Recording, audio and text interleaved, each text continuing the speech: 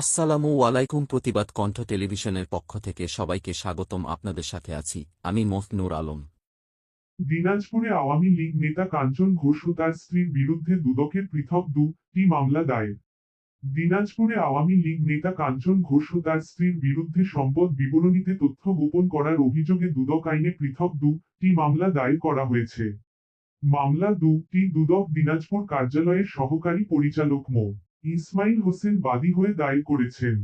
মামলা দুটি গ্রহণ করেন দুদক দিনাজপুর কার্যালয়ের দায়িত্বপ্রাপ্ত কর্মকর্তা সহকারী পরিচালক মো. নূর আলম। সোমবার রাতে দিনাজপুর জেলা দুদক কার্যালয়ের উপপরিচালক মো. আতাউর রহমান জানান, দায়েরকৃত মামলার আসামি জনের বিরুদ্ধে দীর্ঘ সময়ে দুদকের অনুসন্ধানে আয় বহির্ভূত সম্পদ অর্জনের তথ্য পাওয়া গেছে। বিশ্বজিৎ ঘোষ কাঞ্চন 50 দিনাজপুর সদর উপজেলা আওয়ামী লীগের সাবেক সাধারণ সম্পাদক। বিগত সময়ে আওয়ামী লীগ ক্ষমতায় থাকাকালীন রাজনৈতিক ক্ষমতার অপব্যবহার করে বিভিন্ন মাধ্যমে অবৈধ সম্পদ অর্জন করে ভোগ দখলে রেখেছে। তারা তাদের অর্জিত অর্থের তথ্য দাখিলকৃত সম্পদ বিবরণীতে গোপন করে মিথ্যা সম্পদ বিবরণী দাখিল করেছেন।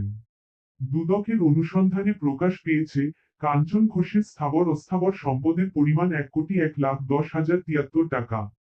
তার দাখিলকৃত হিসাব বিবরণীতে 9,62,213 টাকা সম্পদ গোপন করে 91,47,860 টাকা সম্পদ উপস্থাপন করা হয়েছে।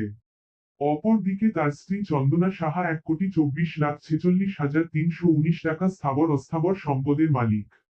তার দাখিলকৃত সম্পদ বিবরণীতে 27,71,250 টাকার সম্পদ গোপন করে হিসাব বিবরণী দাখিল করা হয়েছে। স্বামী স্ত্রী দুজনের দাখিলকৃত সম্পদ বিবরণীতে সম্পদের তথ্য গোপন করার অভিযোগের সত্যতা পাওয়া গেছে।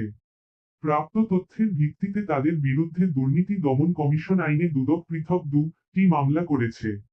দুদকের সহকারী পরিচালক মো. ইসমাইল হোসেনকে মামলা দুটির তদন্তকারী কর্মকর্তা নিয়োগ করা হয়েছে। গণমাধ্যমে